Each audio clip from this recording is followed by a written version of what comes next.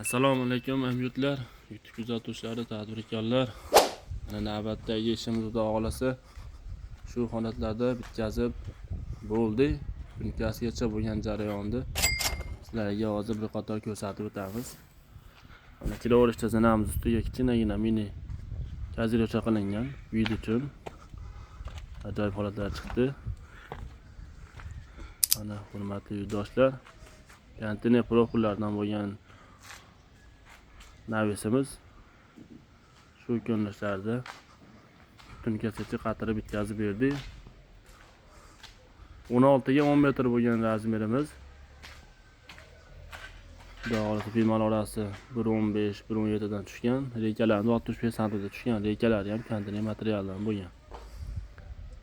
Stoykalarimiz 10-12 razmerlarda lagalardan bo'lgan. Konteynerimiz tag qismida lagalardan qilingan. Kraskalarni ham bir yo'li chiroyli qilib sachib bitkazib berdik.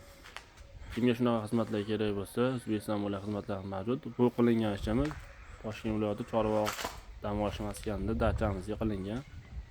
Tagiga bilyard, tennis, shunga o'xshash narsalar qo'yib arendaga beriladi. Yo'lda bo'ylariga qilinadigan do'konmi, mo'ykami, qandaydir katta zdaniya tomlari ham bo'lsa, aytaverasiz, aka-ukalar xizmatlar bo'lsa O'zbekiston bo'ylab qilib beramiz. Obuna bo'lib ko'rmayotgan aka-ukalarimiz obuna bo'lib, like bosishni ayamanglar. 15 metr, 20 metr, 24 metrgacha bo'lgan joylarda ustunsiz holatda tayyorlab o'rnatamiz. Albatta kelishgan holatlarda.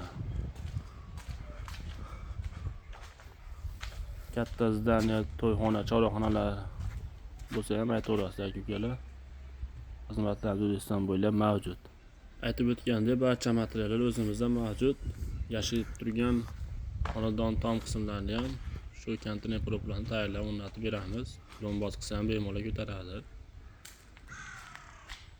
Barellarimiz ham yetkazib berganmiz ozob profillaridan. Xizmatlar bo'lsa 97 ning nomerimiz 168 81 18. Aloqaga chiqarasizlar. Hammaga rahmat.